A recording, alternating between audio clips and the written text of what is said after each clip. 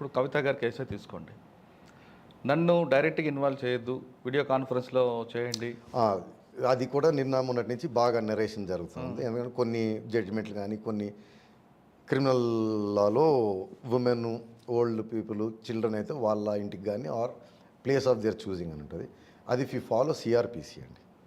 CBI అందుకే వాళ్ళ ఇంటికి వచ్చింది. 160లో అదే చెప్తుంది, ఉమెన్ అయితే వాళ్ళ ఇంటికి వెళ్ళి చేయాలి. మరి ఈడీ ఎందుకు రాలేదు? ఈడీ వచ్చేటప్పటికి ఒకటి, PML act totally different from CrPC. It is govern by PML. PML యాక్ట్లో సెక్షన్ 50 ఏముంటుందంటే డైరెక్టరు అథారిటీ ఎక్కడ రమ్మంటే అక్కడ రావాలని క్లారిటీగా ఉంటుంది. రెండోది పొందని ఏదన్నా మీరు ఇక్కడ పెట్టారు అక్కడ పెట్టలేదన్న డిఫరెన్స్ ఏముంటుందంటే అక్కడ ఇన్వెస్టిగేషన్లో ఇన్వెస్టిగేటింగ్ ఆఫీసర్ కొంచెం డేంజరస్, మిమ్మల్ని కొట్టొచ్చు, బెదిరించవచ్చు, చూపించు. ఇక్కడ ఏమైందంటే డైరెక్టర్కి సివిల్ కోర్ట్ అథారిటీ ఇచ్చారు, జడ్జ్ అథారిటీ ఇచ్చారు. So there is no fear of any అనేది ప్రిజంప్షన్. అచ్చా. సో ఇంకోటి, మీరు సెక్షన్ 50 కింద కన్ఫెషన్ అన్నారు కదా, దీనిపైన కూడా చర్చ బాగా వచ్చింది సుప్రీంకోర్టులో రీసెంట్గా ఆ కేసులో. ఆర్టికల్ 23 అని ఉంటుంది కాన్స్టిట్యూషన్లో. ఇట్ ఈజ్ ఎవ్రీ డెమోక్రసీలో sacred right against self incrimination. నాకు నేను వ్యతిరేకంగా చెప్పమని ఎవరు ఫోర్స్ చేయలేరు. అందుకే అక్యూజ్ని క్రిమినల్ కేసులో దీని గురించి ఏం చెప్తామంటే సైలెంట్గా ఉంటాం. రైట్ టు సైలెంట్ అని కూడా వస్తూ ఉంది. పిఎంఎల్ యాక్ట్లో ఏముందంటే he has to speak and he has to speak the truth. So దీని constitutional validity was challenge in supreme court. ఇది కాన్ఫ్లిక్ట్ విత్ ఆర్టికల్ 23 కదండి, ఫండమెంటల్ రైట్ కదండి. అంటే వీడియో కాన్ఫరెన్స్ అంది నో, రావాల్సిందే. అథారిటీ ఎక్కడికి రమ్మంటే ప్లేస్కి అక్కడ రావాలని ఉంటుంది. ఓకే, అథారిటీ ఆర్డర్స్ ఇచ్చారు ఈ రోజు రావాల్సిందే అని, నేను రాను అని చెప్పే అధికారం కూడా ఉండొచ్చా? రాను అని రిక్వెస్ట్ చేసుకోవచ్చు. దానికి వారు సేమ్ రిప్లై ఇచ్చారు కదా 11వ తారీఖున వస్తా అంటే ఓకే అని. ఓకే, డెఫినెట్గా రిప్లై ఇస్తారు. కవిత వరకైనా ఎవరికైనా ఉంటుందండి ఆ ప్రొవిజన్? ఎవరికైనా ఉంటుంది. అంటే రూల్ ఆఫ్ లా అనేది కరెక్ట్గా ఉంటుంది అంటారు. అంటే మీరు అడిగిన రిక్వెస్ట్ ఎంతవరకు జెన్యూను, ఎంతవరకు కరెక్టు. రెండోది discretion of the authority. No, మీరు రావాల్సిందంటే మీరు రావాల్సిందే, కాదు కూడదంటే దాన్ని రిట్ వేసుకొని చేసుకోవాలి. But you have to obey. ఎందుకంటే మళ్ళీ దానికి సెక్షన్ 63 అని ఉంటుంది. Every time you disobey any order to come, to produce a record, to speak the truth, to make a statement, up to 10,000 రూపాయలు ఫైన్ ఫర్ ఈచ్ అకేషన్ ఉంటుంది అన్నమాట. So letter రాస్తూ ఉంటాడు, మీరు అతను కావాలనుకుంటే మిమ్మల్ని అరెస్ట్ అవసరం లేదు. రోజు లెటర్ రాయడం, రోజు 10,000 వస్తుంది లెటర్. ఓకే సార్, రాను అని గట్టిగా భీష్మించి కూర్చుంటే అరెస్ట్ చేసే అధికారం ఉంటుందా? That will become a ground for arrest. Cooperate చేయాలి. అచ్చా, లోకల్ పోలీస్ సపోర్ట్ చేయలేదు అప్పుడు? సిఆర్పిఎఫ్ వాళ్ళు తీసుకొచ్చి, ఎందుకంటే అరెస్ట్ చేసేది లోకల్ పోలీస్ కాదండి. మీ ఇంకో అందరికి ఒక అపోహ ఉంది. సపోజ్ విజయవాడలో పోలీసులు హైదరాబాద్కి వచ్చి నన్ను అరెస్ట్ చేసి తీసుకెళ్తే హైదరాబాద్ పోలీస్కి ఇన్ఫామ్ చేయాలా? లేదు. అరెస్ట్ ముందు చేయక్కర్లేదు, అరెస్ట్ తర్వాత చేయక్కర్లేదు, అరెస్ట్ అప్పుడు చేయక్కర్లేదు. సరే, కటిసీ కోసం చేస్తారు. చాలాసార్లు ఏమవుతుందంటే సపోజ్ మనం బీహార్కో మధ్యప్రదేశ్ డెకైట్లను పట్టుకోవడానికి పోతాం. ఆ ఊళ్ళలో వాళ్ళకి చాలా ఇన్ఫ్లుయెన్స్ ఉంటుంది. అక్కడ పోలీస్ అంతా కొల్లుడే ఉంటారు. మన పోలీస్ కనుక ముందు పోయి ఇన్ఫామ్ చేశారనుకోండి, బయలుదేరక ముందే వాడు ఇన్ఫామ్ చేస్తాడు.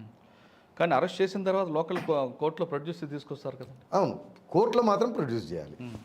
ప్రొడ్యూస్ చేసి ట్రాన్సిట్ వారెంట్ తీసి, ఎందుకంటే 24 hours లోపల ప్రొడ్యూస్ చేయాలని ఉంటుంది మన దగ్గర.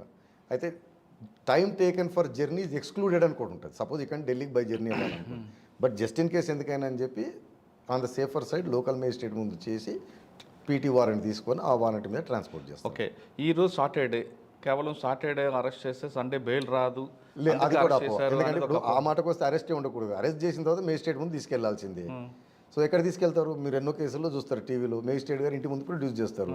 సేమ్ టైం మేజిస్ట్రేట్ గారు ఇంట్లోనే బెయిల్ వేసుకునేది తీసుకోవచ్చు. సో జడ్జ్ అనే అతను, definition of a judge in law is not that person, that of wherever is. సాయంత్రం క్లబ్లో ఉంటాడు టెన్నిస్ ఆడి, అవును, అక్కడ కూడా రిసీవ్ చేసుకుంటాడు.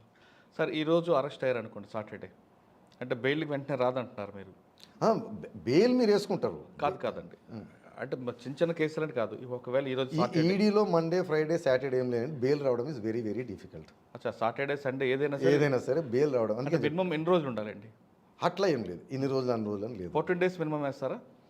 14 days అనేది బెయిల్ కోసం కాదండి. 14 days ఏంటంటే మనకి సిఆర్పిసిలో జ్యుడిషియల్ కస్టడీలో should not be more than 14 days అని ఉంటుంది. అవును. సో జైలుకు పంపిస్తే అతను పర్మనెంట్ పంపించలేదు, అతను 14 days ఇచ్చి 15th day బయటికి తీసుకొని, అంటే మాక్సిమం ఇస్ 14 days. అవును, ఈ 14 అంటే ఇప్పుడు ఇందులో కూడా అలాగే ఉంటాయి కదా. 14 days 15th day ప్రొడ్యూస్ చేస్తుండాలి. రిమాండ్ విధించగలిగింది maximum period is 14 days. Okay, అంటే మిగతా సిబిఐ కేసులు లోకల్ కేసుల్లా కాకుండా సాటర్డే అయినా సండే అయినా మండే అయినా ఏ కేసు అయినా బెయిల్ మీరు జడ్జి గారి ఇంట్లో వేసుకోవచ్చు, ఎందుకంటే రిమాండ్ జడ్జి గారి ఇంట్లో చేస్తారు కాబట్టి. ఒకవేళ బెయిల్ వచ్చే అవకాశం ఉంటుందా ఈరోజు వేస్తే? లేదు, ఈడీలో జనరల్గా very very difficult to get bail. అంటే మిగతా ఐపీఎస్ సిఆర్పిఎస్ లాగా ఒకవేళ అరెస్ట్ చేయిస్తే అరెస్ట్ తర్వాత హాస్పిటల్ తీసుకెళ్ళడం చెకప్ రిమాండ్ కండిషన్స్ ఏం లేదండి. మీకు CrPC is a general act, PML act is a specialise act. Law ఏంటిదంటే స్పెషల్ యాక్ట్ అప్లికబుల్ దగ్గర prevails over the general act. అయితే స్పెషల్ యాక్ట్లో ఉండదు అనుకుండా దాని సమ్ ప్రొవిజన్లు సిఆర్పిసి అప్లికబుల్ అయితే.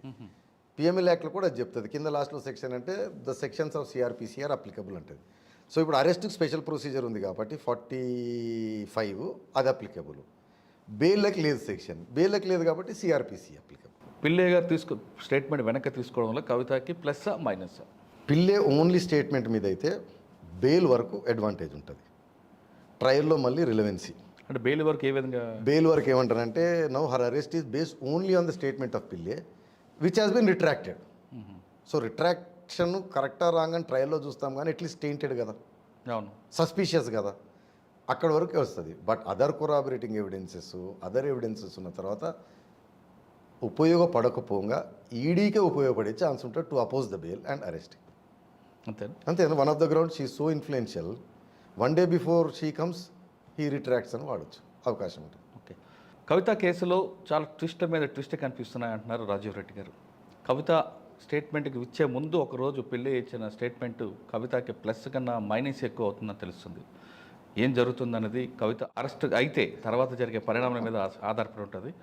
అరెస్ట్ అవుతుందా లేదా అనేది మనం చెప్పలేము, అది ఈడీ మీద ఆధారం ఉంటుంది. ఒకవేళ అరెస్ట్ అయితే ఏం జరుగుతుందన్నది మేజిస్ట్రేట్ ముందు జడ్జి ముందు ఉంటుంది కాబట్టి దాని గురించి డిస్కస్ చేయలేము.